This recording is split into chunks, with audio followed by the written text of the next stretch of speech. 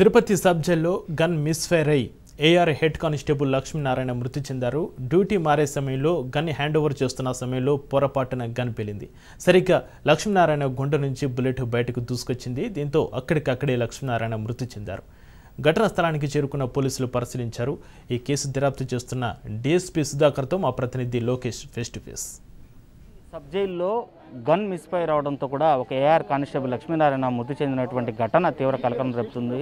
అయితే ఈ ఘటనకు సంబంధించి నిజంగానే లక్ష్మీనారాయణ చనిపోవడానికి గన్ మిస్ఫైర్ ఒకటే కారణమా, లేక మరేదైనటువంటి కుటుంబ సమస్యలతో అతను ఆత్మహత్య చేసుకున్నాడు అనేటువంటి కోణాల్లో కూడా పోలీసులు అయితే ఇప్పటికే కేసు నమోదు చేయడంతో పాటు లక్ష్మీనారాయణ మృతదేహాన్ని తిరుపతికి సంబంధించినటువంటి ప్రభుత్వ ఆసుపత్రి రుయాకి ఆయన మృతదేహాన్ని తరలించడంతో పాటు కుటుంబ సభ్యులు కూడా వివరాలను కూడా తెలియజేయడం జరిగింది. ప్రస్తుతం ఆ వివరాలను మనతో షేర్ చేయడానికి ఇన్వెస్టిగేషన్ చేస్తున్నటువంటి డిఎస్పీ సుధాకర్ సార్ మనతో పాటు ఉన్నారు. సార్ నమస్తే సార్. ఇప్పటికీ ప్రస్తుతం ఉన్నటువంటి సమాచారం మేరకు గన్ మిస్ఫైర్ వల్ల కూడా ఈ మరణం కూడా జరిగిందనేటువంటి పరిస్థితి ఏంటి సార్, ఏంటి జరిగినటువంటి హెడ్ కానిస్టేబుల్ లక్ష్మీనారాయణ రెడ్డి 1 గంటకు విధులకు హాజరయ్యి అయిన తర్వాత 6 గంటలకు దిగి ఆయన తర్వాత వచ్చినటువంటి సిద్ధారెడ్డి అనే హెడ్ కానిస్టేబుల్ ఎక్కాడు. తర్వాత ఆయన దిగిన తర్వాత లోపలికి వెళ్ళి బట్టలు చేంజ్ చేసుకున్న క్రమంలో ఇది సౌండ్ వచ్చింది. ఆ సౌండ్ వచ్చిన దాన్ని బట్టి ఈయన మళ్ళీ అది ఆయన వెళ్ళి చూస్తే చనిపోయినట్లు తెలుస్తుంది. అయిన తర్వాత ఏమైంది అనేది విషయం మీద మనం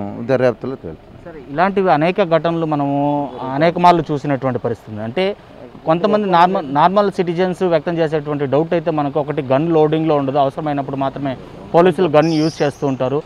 చాలా వరకు కూడా ఎవరైతే పోలీసులు వాళ్ళు స్వయంగా ఆత్మహత్య చేసుకునేటువంటి ఘటనలు ఉన్నాయి.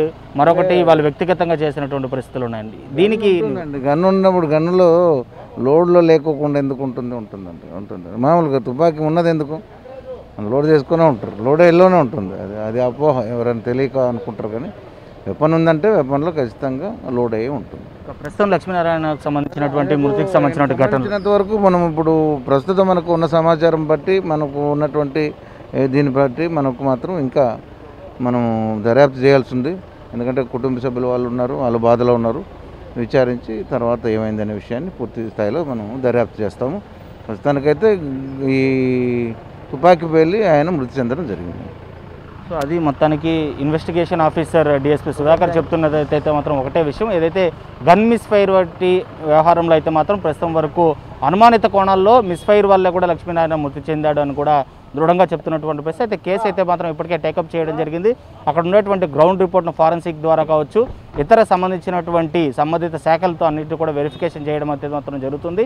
త్వరలోనే మొత్తం వివరాలంతా కూడా మీడియా ముఖంగానే వెల్లడిస్తాం. అయితే ప్రతి ఒక్కటి ఏదైతే జనాలు క్వశ్చన్ మార్క్గా ప్రశ్నార్థకంగా వ్యవహరించేటువంటి వ్యవహారం ఏదైతే పోలీసుల యొక్క గన్ ఎప్పుడు లోడ్లో ఉండదు అనేటువంటిది మాత్రం అబద్ధం. పూర్తిగా పోలీస్ శాఖ కావచ్చు, మిగిలినటువంటి అన్ని ఆర్మీడ్ ఫోర్సెస్ సంబంధించినటువంటి గన్స్ ఎప్పుడు కూడా లోడెడ్లోనే ఉంటాయి. అది మిస్ఫైర్ జరగడం అనేది కామన్ అనేటువంటి అసలు లక్ష్మీనారాయణ విషయంలో అది జరిగిందా లేదా మరేదో కోణమా అనేది మాత్రం పూర్తి దర్యాప్తులోనే వెల్లడిస్తామని చెప్పి కూడా అధికార డిఎస్పీ చెప్తున్నటువంటి పరిస్థితి అయితే ఉంది.